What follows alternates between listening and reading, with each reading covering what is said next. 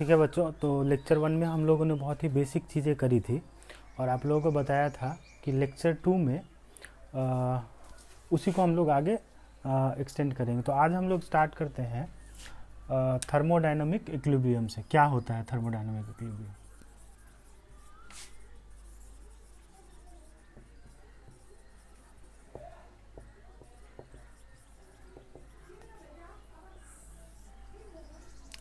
Thermodynamic equilibrium क्या होता है वो हम लोग देखते हैं आज। थर्मोडायनामिक इक्विलिब्रियम होता है कि अगर मान लीजिए कोई भी एक ऐसा सिस्टम है जिसमें जो ऑब्जर्वेबल या मेजरेबल प्रॉपर्टी है उसकी वो टाइम के साथ चेंज नहीं हो रही है, तो हम बोलेंगे कि वो सिस्टम थर्मोडायनामिक इक्विलिब्रियम में है। ठीक है, तो इफ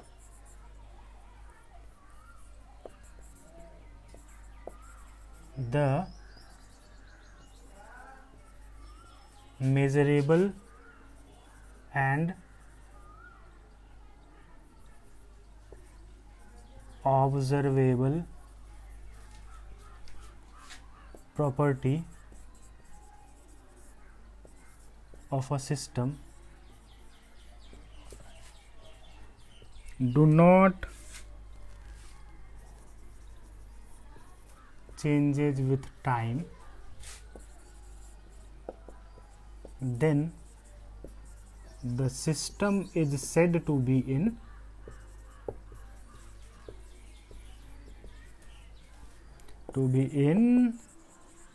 thermodynamic equilibrium। ठीक है बच्चों, तो अगर ऑब्जर्वेबल या फिर कोई भी मेजरेबल प्रॉपर्टीज उसकी चेंज नहीं हो रही है वक्त के साथ, तो बच्चों किस इक्विलिब्रियम में होगा? थर्मोडायनामिक इक्विलिब्रियम में होगा। अब थर्मोडायनामिक इक्विलिब्रियम कितने पार्ट्स के होते हैं? तो बच्चों थर्मोडायनामिक इक्विलिब्रियम 3 टाइप के होते हैं। कौन कौन से होते हैं? तो एक तो होता है बच्चा मैकेनिकल इक्विलिब्रियम, मैकेनिकल इक्विलिब्रियम। दूसरा होता है बच्चों थर्मल इक्विलिब्रियम, थर्मल इक्विलिब्रियम। और तीसरा होता है बच्चों chemical equilibrium. Okay, mechanical equilibrium, thermal equilibrium और केमिकल इक्विलिब्रियम। तो एक एक करके देखते हैं बच्चों क्या होता है। वैसे इतना में ही तुम समझ जाओगे, ज़रूरत नहीं अलग से फोटो बनाने का। मैकेनिकल इक्विलिब्रियम का मतलब ये हुआ कि सिस्टम में प्रेशर ग्रेडियंट क्या है? 0 है। मैकेनिकल इक्विलिब्रियम हुआ if there is no pressure gradient. Gradient का मतलब क्या हो गया? डिफरेंस। मतलब बच्चों कि एक कंटेनर है, पिस्टन है, इधर गैस है, अंदर में क्या है बच्चों? गैस है, और ऊपर से पिस्टन के ऊपर कोई एक्सटर्नल प्रेशर लग रहा है, पी एक्सटर्नल, और इस साइड से क्या लग रहा होगा बच्चों? P gas. तो अगर कोई प्रेशर ग्रेडियंट नहीं है, मतलब कोई प्रेशर डिफरेंस नहीं है, तो जो एक्सटर्नल प्रेशर है और जो गैस का प्रेशर है वो दोनों बच्चों क्या होगा? बराबर होगा। तो पी एक्सटर्नल बराबर क्या हो जाना चाहिए? P gas. अगर ऐसा सिनेरियो बन रहा है, P external is equals to P gas वाला सिनेरियो बन रहा है, तो हम लोग क्या बोलेंगे कि वह जो सिस्टम है वह सिस्टम मैकेनिकल इक्विलिब्रियम में है। बोलो क्लियर है? थर्मल इक्विलिब्रियम पे आते हैं बच्चों। थर्मल इक्विलिब्रियम क्या होगा? नाम से ही क्लियर लग रहा है भाई कि इसमें यहाँ पे कौन सा ग्रेडियंट नहीं था? प्रेशर। यहाँ कौन सा ग्रेडियंट नहीं होगा? टेम्परेचर। तो there is no temperature gradient. यहाँ पे डेल्टा टी का हो जाएगा बच्चों? 0 हो जाएगा। ठीक है। और केमिकल इक्विलिब्रियम किसको बोलेंगे? केमिकल इक्विलिब्रियम बोलेंगे there is no concentration gradient. Concentration gradient बच्चों क्या हो जाएगा? ज़ीरो हो जाएगा, कॉन्सेंट्रेशन ग्रेडियंट क्या हो जाएगा, ज़ीरो हो जाएगा। तो फटाफट देखते हैं थर्मोडायनेमिक इक्विलिब्रियम कितने टाइप का होता है, मैकेनिकल इक्विलिब्रियम, थर्मल इक्विलिब्रियम और chemical equilibrium. Mechanical equilibrium delta P zero, pressure difference zero. Thermal equilibrium delta T zero, temperature difference zero. Chemical equilibrium delta C zero, concentration gradient क्या है इसमें भी zero है बच्चों। ये है इक्विलिब्रियम स्टेट्स, ठीक है। अब आगे बढ़ते हैं कि प्रोसेस कितने प्रकार के होते हैं।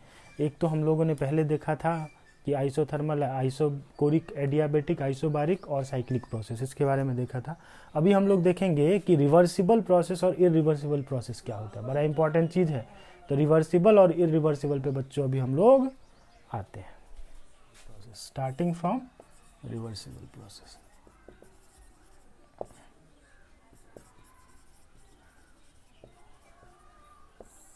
देखो भैया, रिवर्सिबल प्रोसेस होता है ऐसा प्रोसेस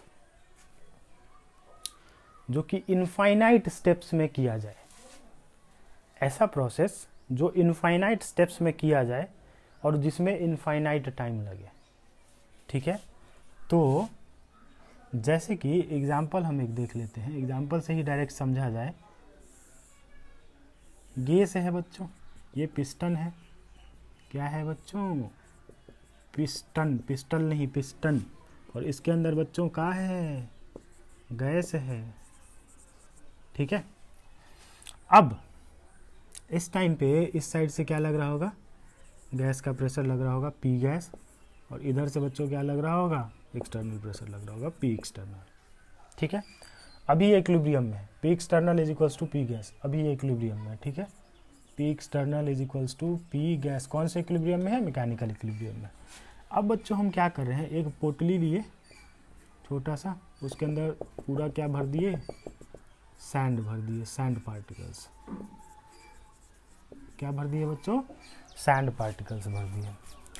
अब क्या करेंगे कि वन बाय वन यहाँ से सैंड पार्टिकल एक एक करके इसके ऊपर, पिस्टन के ऊपर डालेंगे, ठीक। वन बाय वन एक एक टुकड़ा ऐसे करके, एक एक दाना करके इसमें डालेंगे। तो डालते जाएंगे तो इसके ऊपर क्या होगा यार, प्रेशर बढ़ता जाएगा पिस्टन के ऊपर, और जैसे ही प्रेशर अगर पिस्टन के ऊपर बढ़ता जाएगा तो एक्सटर्नल प्रेशर बढ़ेगा, एक्सटर्नल प्रेशर बढ़ेगा तो पिस्टन कहाँ जाएगा, नीचे जाएगा, बोलो नीचे जाएगा, नीचे जाएगा। जब हम छोड़ देंगे यहाँ से गिराना तो ये नीचे जाएगा, नीचे जाएगा, एक जगह पे जाके रुकेगा। अगर हम कंटिन्यूसली गिराते रहेंगे तो ये धीरे धीरे धीरे धीरे धीरे नीचे जाता जाएगा। लेकिन एक बात बताओ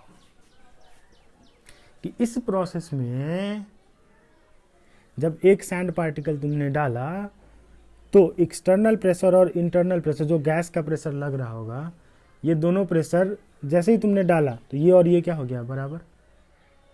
तो फिर ये इक्विलिब्रियम में आ गया कि नहीं। फिर जब तुम अगला पार्टिकल डाले तो फिर थोड़ा सा मूवमेंट होके फिर बराबर, फिर अगला डाले फिर मूवमेंट होके बराबर, फिर अगला डाले मूवमेंट होके बराबर। मुद्दे की बात क्या है कि यार इसमें हर पॉइंट पे जो तुम्हारा सिस्टम है वो सराउंडिंग के साथ इक्विलिब्रियम में है कि नहीं, बताओ, है कि नहीं। पहला बात, अगर तुम कंटिन्यूसली सैंड पार्टिकल इस पे डाल रहे हो तो जो तुम्हारा प्रेशर है, एक्सटर्नल प्रेशर, वो कंटिन्यूसली वैरी कर रहा होगा कि नहीं कर रहा होगा, बोलो, कर रहा होगा ना। तो मुद्दे की बात क्या है कि जब तुम इस पे सैंड पार्टिकल डालते रहे हो, डाल रहे हो, तो किसी वक्त, किसी एक इंस्टेंट पे क्या सिचुएशन होगा, इधर से लग रहा होगा पी एक्सटर्नल डैश, इधर यहाँ पे सैंड का पार्टिकल जमा हो गया होगा, कुछ सैंड पार्टिकल जमा हो गया होगा, अंदर अभी भी क्या है, गैस है, और इसके ऊपर क्या लग रहा होगा, पी गैस डैश लग रहा होगा। तो यहाँ पे ऐसा प्रोसेस, जो प्रोसेस इनफाइनाइट स्टेप्स में कैरी आउट किया जाए, वैसे प्रोसेस को हम लोग बोलते हैं रिवर्सिबल प्रोसेस। तो रिवर्सिबल प्रोसेस क्या है, it is done in infinite steps, ठीक, पहला पॉइंट।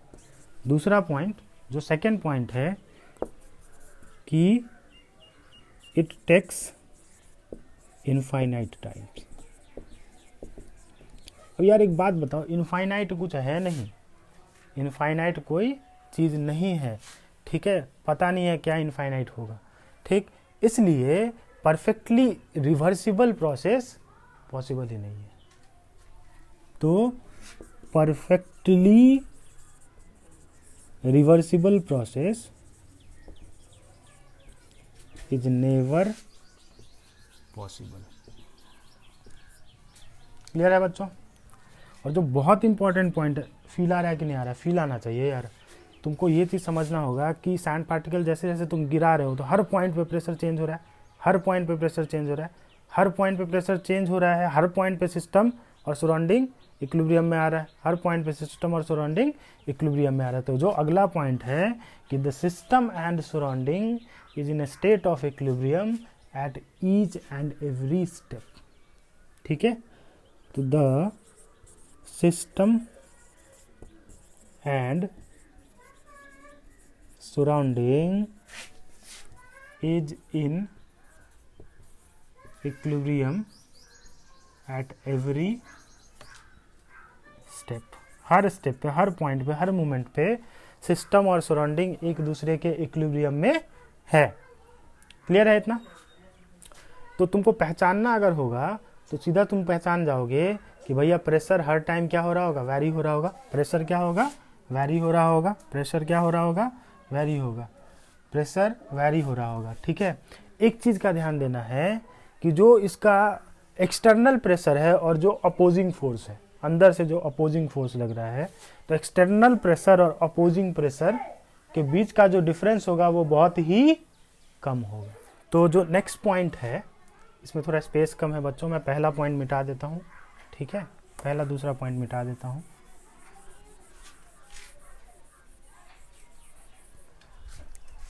तो जो नेक्स्ट पॉइंट है वो ये है कि द डिफरेंस बिटवीन, अभी मैंने आपको क्या बोला कि सिस्टम सराउंडिंग हर स्टेप में इक्विलिब्रियम में है, और इक्विलिब्रियम में है तो जो एक्सटर्नल प्रेशर होगा और इंटरनल प्रेशर, जो गैस वाला प्रेशर होगा, मतलब एक्सटर्नल प्रेशर और अपोजिंग फोर्स या अपोजिंग प्रेशर, इन दोनों के बीच में डिफरेंस लगभग जीरो होगा कि नहीं, तभी तो इक्विलिब्रियम में आएगा। बहुत बच्चा बहुत शानदार है, तुम लोग समझदार आदमी हो तुम लोग। तो the difference between driving pressure, driving मतलब external pressure, driving pressure and opposing pressure is infinitesimally small. बहुत ही क्या होता है बच्चों, छोटा होता है। ठीक है, मतबल हम इसको मिटा देते हैं। मतबल इसका यह हुआ कि P external minus P gas is equals to क्या होगा बच्चों, dP होगा, और dP टेंडिंग टू क्या होगा बच्चों, जीरो होगा। dP टेंडिंग टू जीरो होगा मतलब बहुत ही क्या होगा, ये छोटा होगा। अगर ऐसा सिनेरियो बन रहा है तो कौन सा सिस्टम होगा बच्चों, रिवर्सिबल होगा। कौन सा प्रोसेस होगा वो, रिवर्सिबल। एकदम क्लियर दिमाग में बिठा लेना कि बहुत सारे स्टेप्स में हो रहा है, मिलियंस ऑफ स्टेप्स में हो रहा है अगर कोई प्रोसेस, तो वो कैसा प्रोसेस हो रहा होगा बच्चों, रिवर्सिबल प्रोसेस होगा। पहला बात। दूसरा बात, वक्त जिसमें बहुत ज़्यादा लग रहा होगा, इनफाइनाइट टाइम लग रहा होगा, तो कैसा प्रोसेस होगा, रिवर्सिबल प्रोसेस होगा बच्चों। क्लियर है कि नहीं है? ड्राइविंग प्रेशर और अपोजिंग प्रेशर के बीच में जो डिफरेंस होगा वो बहुत ही छोटा होगा कि नहीं होगा, छोटा होगा। चलते हैं, ये हो गया रिवर्सिबल प्रोसेस। इररिवर्सिबल पे आते हैं।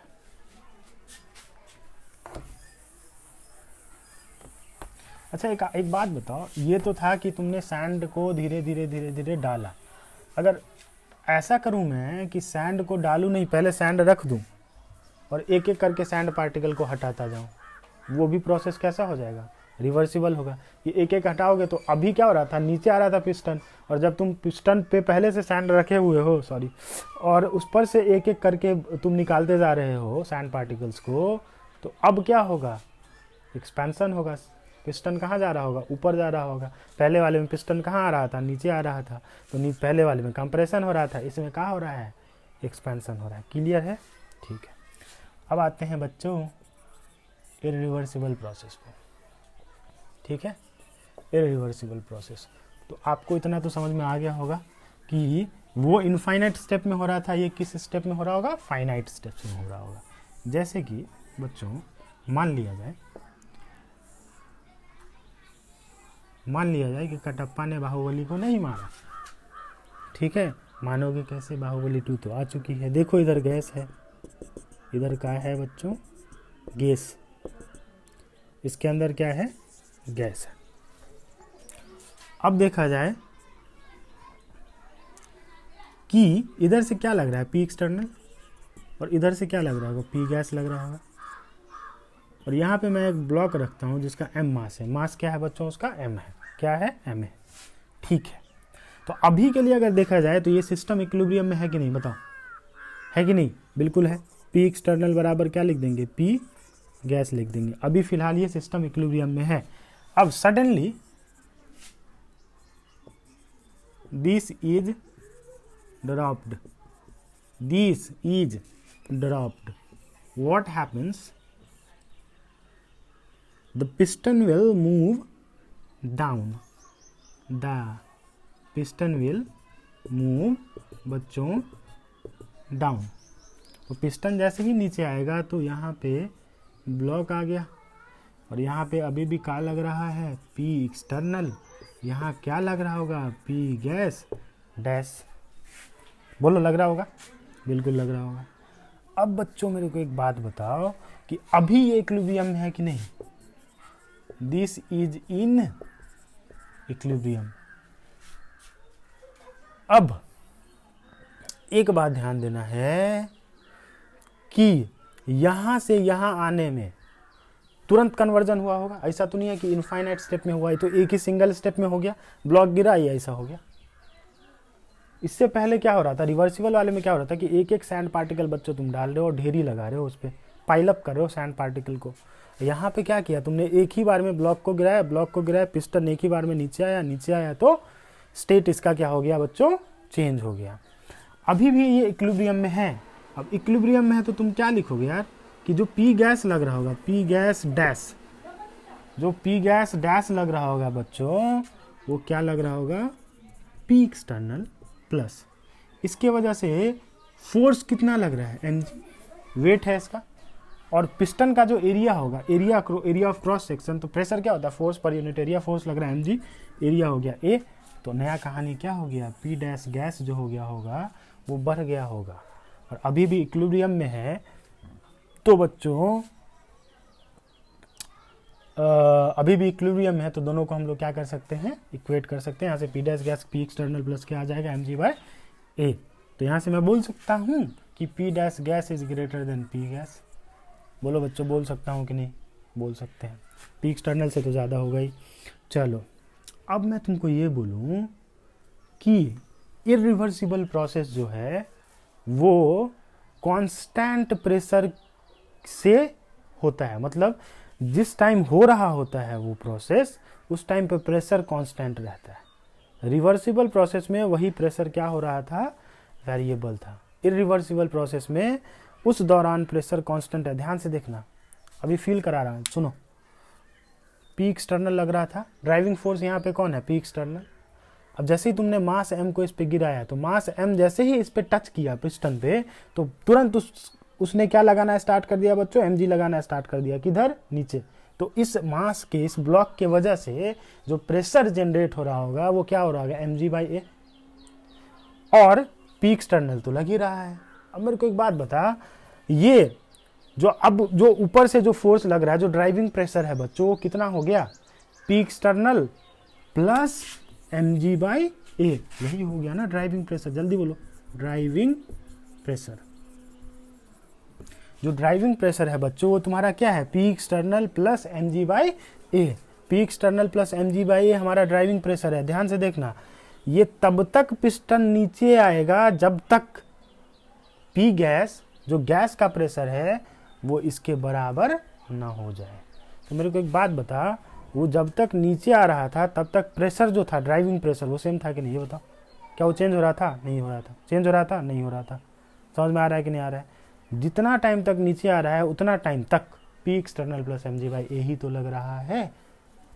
तो जो रिवर्सिबल इरिवर्सिबल प्रोसेस है वो कांस्टेंट ड्राइविंग प्रेशर से होके गुजरता है। तो हम क्या लिखेंगे बच्चों बिंदु में कि इट अकर्स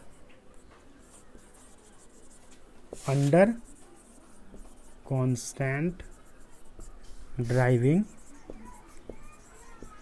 प्रेशर, पहला पॉइंट। दूसरा पॉइंट बच्चों, सेकेंड पॉइंट इसका ये है कि it occurs in finite steps and finite time. तो इट अकर्स इन फाइनाइट, इन अलग है फाइनाइट अलग है, ठीक है ना। तो इट अकर्स इन फाइनाइट, ठीक है ना, फाइनाइट स्टेप्स एंड टाइम। इसमें टाइम और स्टेप दोनों क्या होता है, फाइनाइट होता है इरिवर्सिबल प्रोसेस में। बच्चों क्लियर हो रहा है कि नहीं हो रहा है? हाँ, प्रेशर क्या होता है इसमें, कांस्टेंट होता है। अब मैं तुमको ये बोलूं कि अपोजिंग फोर्स या अपोजिंग प्रेशर और ड्राइविंग प्रेशर में डिफरेंस स्मॉल होगा कि लार्ज होगा?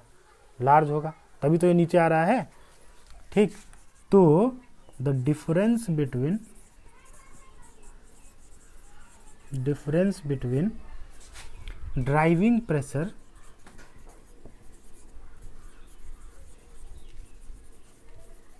And opposing pressure is large. अगर नहीं दिख रहा हो बच्चों तो आवाज से लिख लेना, the difference between driving pressure and opposing pressure is large. मतलब इसका मैं यहाँ पर एक लिख रहा हूँ कि driving pressure minus opposing pressure is equals to क्या आएगा, लार्ज आएगा। क्लियर है? क्लियर है बच्चों? जल्दी से छापो इसको, ठीक है बच्चों। तो इसमें क्या होता है, सिस्टम और सराउंडिंग एक दूसरे के इक्विलिब्रियम में होता है, इनिशियल पॉइंट पे या इनिशियल स्टेज पे और फाइनल स्टेज पे, बीच में नहीं होगा क्योंकि वो बहुत रैपिडली होता है। तो system and surrounding are in equilibrium at initial and final stage, ठीक है। और रिवर्सिबल में क्या हो रहा था, सिस्टम और सराउंडिंग हर पॉइंट पे क्या था, एक दूसरे के इक्विलिब्रियम में था। क्लियर है इतना? चले आगे, बिल्कुल चलते हैं। तो ये रिवर्सिबल और इरिवर्सिबल प्रोसेस की बात हो गई बच्चों। रिवर्सिबल प्रोसेस जो है वो इनफाइनाइट स्टेप्स में होता है, इनफाइनाइट टाइम लगता है, वहाँ पे प्रेशर जो होता है वो हर पॉइंट पे क्या होता है, डिफरेंस होता है। सिस्टम सराउंडिंग हर पॉइंट पे क्या होता है, एक दूसरे के इक्विलिब्रियम में होता है। और इरिवर्सिबल प्रोसेस में ड्राइविंग प्रेशर जो होता है वो कांस्टेंट होता है, finite time, finite space, finite time और फाइनाइट स्टेप्स। और उसके बाद आपका जो हो गया वो कि सिस्टम और सराउंडिंग इनिशियल और फाइनल स्टेज पे इक्विलिब्रियम में रहते हैं, बाकी टाइम पे इक्विलिब्रियम में नहीं रहते हैं। अब आगे आते हैं। अब हम लोग बच्चों देखेंगे, अब बेसिक चीज़ें हम लोगों ने पहले बात कर लिया हुआ है कि स्पेसिफिक हीट कैपेसिटी क्या होता है, मोलर हीट कैपेसिटी क्या होता है, हीट कैपेसिटी क्या होता है, ये सब चीज़ देख लिया। आज हम लोग देखेंगे कि डिग्री ऑफ फ्रीडम क्या होता है, ठीक है। उसके बाद हम लोग देखेंगे कि सीपी और सीवी में क्या रिलेशन होता है, और सीपी सीवी होता क्या है, दोनों की वैल्यू कितनी होती है, इन सब चीज़ों पे चर्चा करेंगे, ठीक है। तो और थोड़ा सा वर्क डन के बारे में देखेंगे, ठीक है। तो आ जाते हैं कि सबसे पहले हम लोग देख लेते हैं बच्चों डिग्री ऑफ फ्रीडम। बहुत डिटेल में नहीं जाएंगे, इसमें फिजिक्स में भी है, पढ़ते रहना, बहुत डिटेल में नहीं जाएंगे। बस इतना देख लो कि डिग्री ऑफ फ्रीडम ये होता है कि अगर कोई भी आइडियल गैस है, ठीक है, आइडियल गैस का एक मॉलिक्यूल है, तो वो मॉलिक्यूल कितने मोड्स में एनर्जी ट्रांसफ़र कर सकता है जब वो किसी भी मॉलिक्यूल से कोलाइड करता है, ठीक है। तो डिग्री ऑफ फ्रीडम क्या है, it is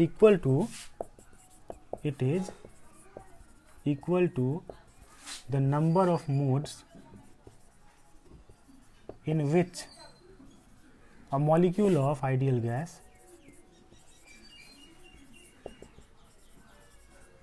gas transfers energy during collision with other molecule। ठीक है, इसी को हम लोग क्या बोलते हैं बच्चों, डिग्री ऑफ फ्रीडम।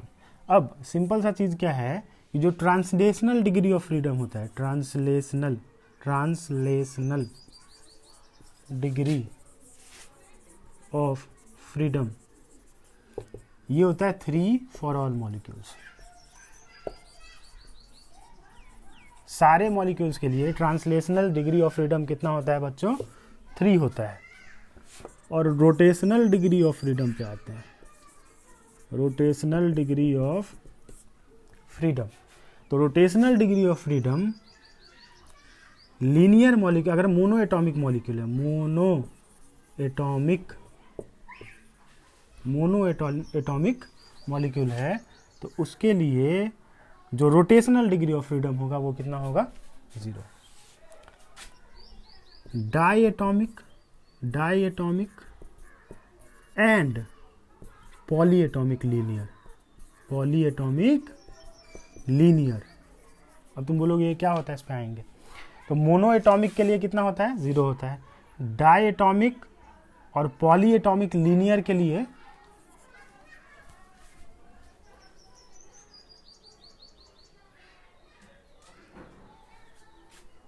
अच्छा, तो हम तो पहले ही बता चुके हैं कि जो बैकग्राउंड नॉइज है प्लीज़ उसको इग्नोर करना है, ठीक है, उस पर फोकस नहीं करना है, क्योंकि कुछ नहीं कर सकते हो तुम, शांत नहीं कर सकते हो, हम भी शांत नहीं कर सकते हैं।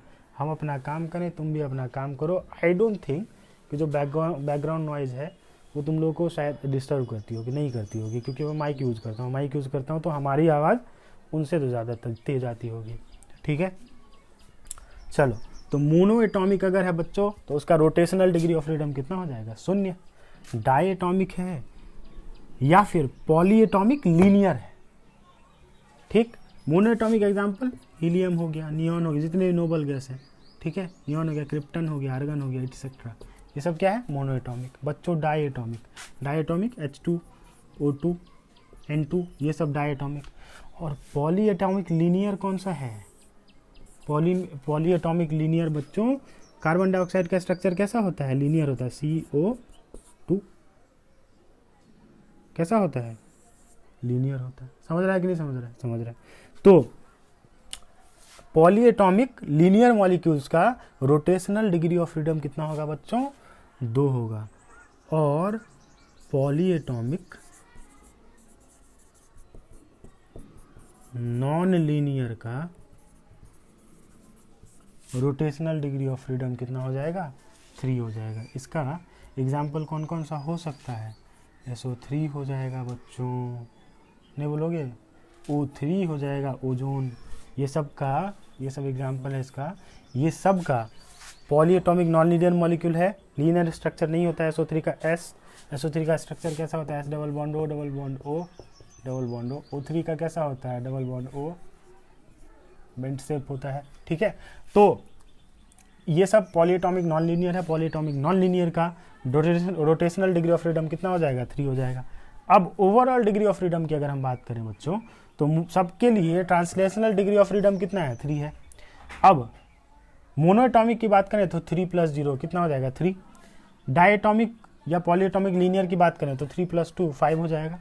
और पॉलीएटॉमिक नॉन लीनियर की बात करें तो 3 + 3 कितना हो जाएगा, 6। तो डिग्री ऑफ फ्रीडम टोटल अगर लिखना चाहो तुम तो लिख लो फटाफट, इसको मैं मिटा रहा हूँ।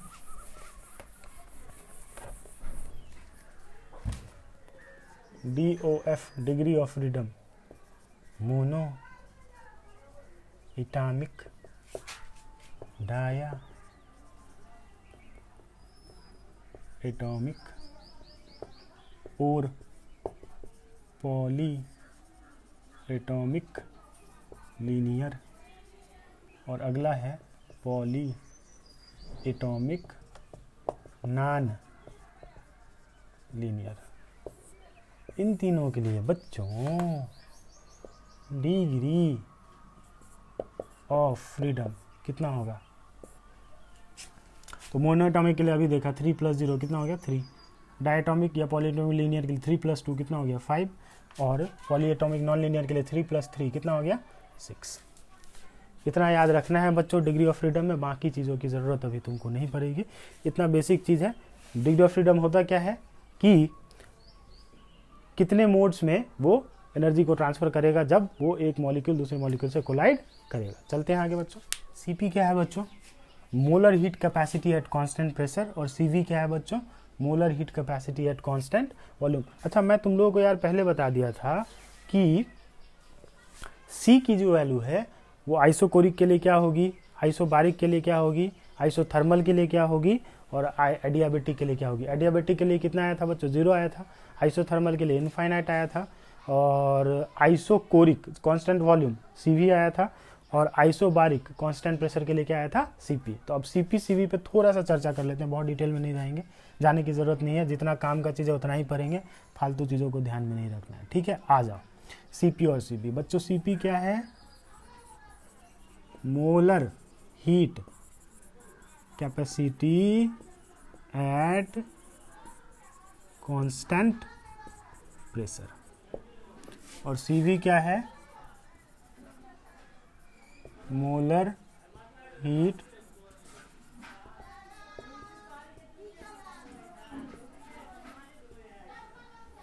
एंड वॉल्यूम, ठीक है। अब कुछ रिलेशंस होते हैं सीपी और सीवी के, उस पे आते हैं, ठीक है बच्चों। तो सीपी इज इक्वल्स टू होता है F/2 + 1 R, और CV इज इक्वल्स टू होता है F/2 R। अब यहाँ से अगर हम देखते हैं, इन दोनों को सब्ट्रैक्ट करते हैं, तो CP - CV is equals to क्या हो जाएगा? CP अपना क्या हो गया बच्चों? F/2 + 1 R minus F/2 R। तो यहाँ से क्या आ गया? F/2 R, F/2 R तो कैंसिल हो गया, तो बच क्या गया? R। तो यहाँ से CP - CV is equals to क्या होता है? R। Very important, very important, बहुत इंपॉर्टेंट है, और ऑलवेज ट्रू है, हमेशा यही होता है, always true. This is very important and always true, हमेशा सत्य होता है। CP - CV का वैल्यू हमेशा क्या आएगा बच्चों? R ही आएगा, ठीक है। तो ये हो गया बच्चों molar heat capacity at constant pressure, and this is molar heat capacity at constant volume. Clear है? आगे चलें।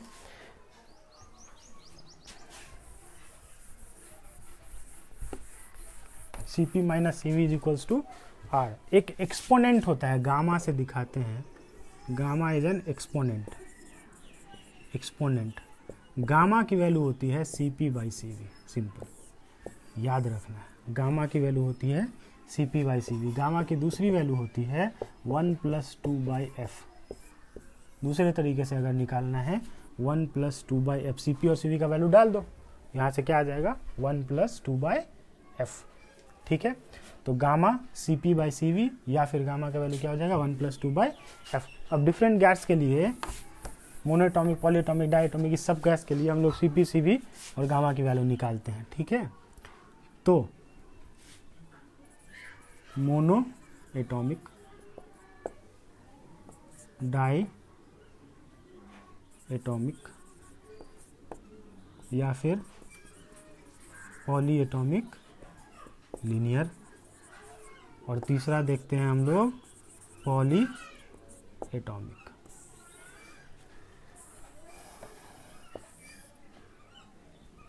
ठीक है बच्चों।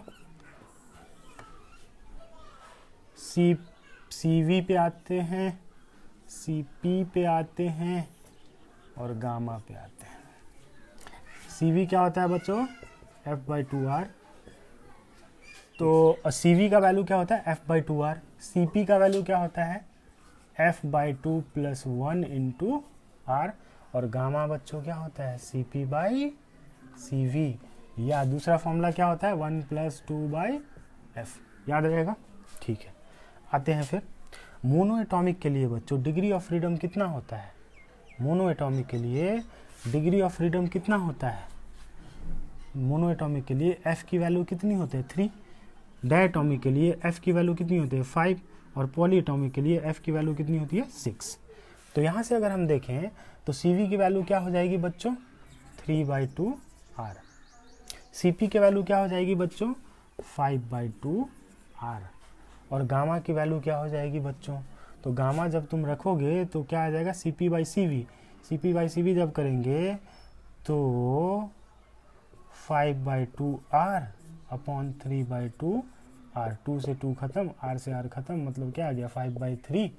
तो 1.66 आ गया, ये गामा का वैल्यू आ गया। किसके लिए? मोनोएटॉमिक के लिए। अब आते हैं डायटॉमिक के लिए। डायटॉमिक के लिए CV का वैल्यू क्या हो जाएगा? 5/2R, 7/2R, और ये क्या हो जाएगा? 7/5। 7/5 आ गया, कितना आ गया? 1.4। पॉलीएटॉमिक पे आते हैं। पॉलीएटॉमिक के लिए क्या हो जाएगा बच्चों? 6/2 3R हो जाएगा, और ये हो जाएगा 8/2 4R हो जाएगा बच्चों। ठीक है। और गामा का वैल्यू क्या हो जाएगा? 4/3। गामा का वैल्यू 4/3 मतलब 1.33। एक चीज़ नोटिस कर रहे हो बच्चों, जैसे जैसे मोनोएटॉमिक डायटॉमिक जैसे नंबर ऑफ एटम्स बढ़ते जा रहे हैं, एटॉमिसिटी बढ़ती जा रही है। मोनोएटॉमिक डायटॉमिक पॉलीएटॉमिक एटॉमिसिटी बढ़ती जा रही है, नंबर ऑफ एटम्स बढ़ते जा रहे हैं, तो गामा की वैल्यू कम होती जा रही है। दिख रहा है कि नहीं दिख रहा है? दिख रहा है। तो एक हम लोग जनरल पॉइंट नीचे में लिख लेंगे, कहीं पे भी नोट में एक पॉइंट हम लोग लिख लेंगे नोट में कि as the atomicity of gas increases, value of gamma decreases। ठीक है, एक जनरल पॉइंट हम लोगों ने लिख लिया, मिटा दिया जाए इसको, फोटो इसका छाप लेना है एकदम। आगे बढ़ते हैं बच्चों। स्पेसिफिक हीट कैपेसिटी किसके लिए डिफाइंड था, ये बता दो। स्पेसिफिक हीट कैपेसिटी बच्चों किसके लिए डिफाइंड था? अगर मैं स्पेसिफिक हीट कैपेसिटी इसको S से दिखाते हैं या फिर इसको स्मॉल c से भी दिखाते हैं। ठीक है, तो अगर मैं ये बोलूं कि स्मॉल c से दिखाते हैं और मोलर हीट कैपेसिटी को कैपिटल C से दिखाते हैं, अगर मैं ये बोलूं कि सिर्फ ये किसके लिए डिफाइंड था बच्चों? स्पेसिफिक हीट कैपेसिटी फॉर 1 ग्राम, 1 ग्राम के लिए। और जो आपका मोलर हीट कैपेसिटी है, ये क्या है? Molar heat capacity.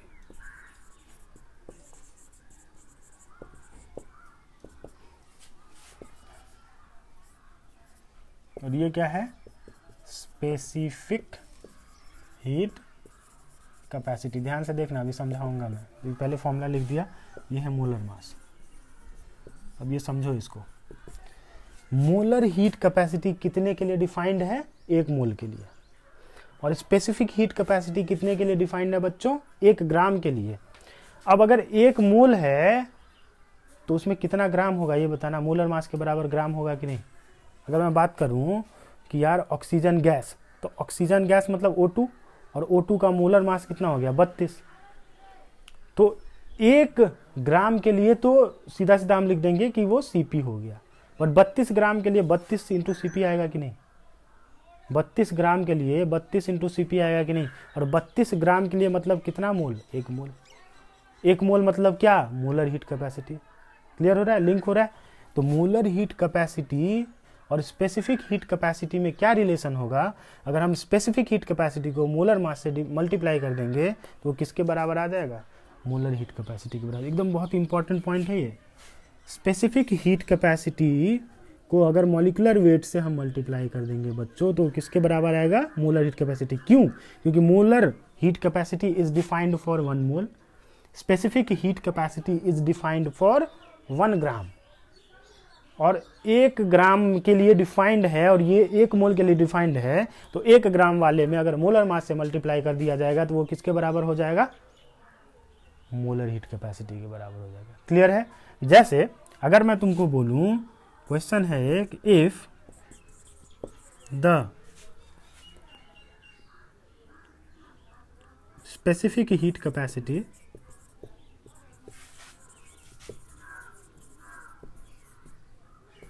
Of O2 is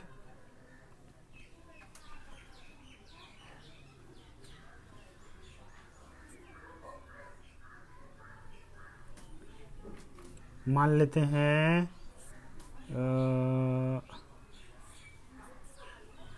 CP, ठीक है, CP, ठीक, CP क्या है? Specific heat capacity at constant pressure, ठीक है ना, specific heat capacity at constant pressure. बोला if the specific heat capacity for O2 is CP, then capital CP बच्चों क्या होगा? ठीक है, तो अभी तुमको बताया कि capital CP is equals to molar mass into small CP होता है। कैपिटल CP का वैल्यू हो जाएगा, मोलर मास कितना होता है O2 का, कितना हो जाएगा 32, और स्मॉल CP से मल्टीप्लाई कर देंगे। ये आंसर हो गया 32 CP। क्लियर है कि नहीं है? एक और क्वेश्चन कर लेते हैं।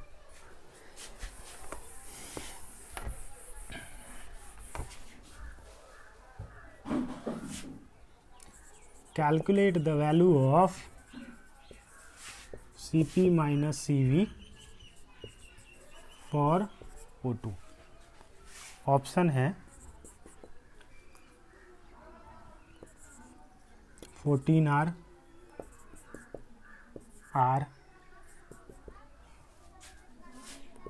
R/16 और R/32। ठीक है, ध्यान से देखो, यहाँ पे तुमको लिखा हुआ है स्मॉल CP और स्मॉल CV, ठीक है। तो जैसे ही स्मॉल CP और स्मॉल CV है, अगर ये कैपिटल CP और कैपिटल CV होता तो CP minus CV direct formula अभी हम लोगों ने बताया था कि CP माइनस CV हमेशा क्या होता है? R होता है। CP माइनस CV हमेशा क्या होता है बच्चों? R होता है। लेकिन अगर वो कैपिटल CP और CV है तो R होता है। क्लियर है कि नहीं है? है ना? तो यहाँ पे हमसे पूछ क्या रहा है? Small CP minus CV। तो मेरे को एक बात बताओ यार, O2 की अगर बात करी जाए तो CP का वैल्यू क्या हो जाएगा? O2 की अगर बात करी जाए तो CP का वैल्यू क्या हो जाएगा? 32। अभी देखा हमने 32 CP। Capital CP is equal to 32 small CP। CV का वैल्यू क्या आ जाएगा? 32 स्मॉल CV। दोनों को सब्ट्रैक्ट करो तो यहाँ से क्या आएगा? CP minus CV is equals to 32 small CP minus 32 small CV। और CP माइनस CV क्या होता है बच्चों? R होता है कि नहीं? ऑलवेज ट्रू बताया हुआ है। R इज इक्वल्स टू क्या हो गया? 32, तो बाहर आ जाएगा CP माइनस CV।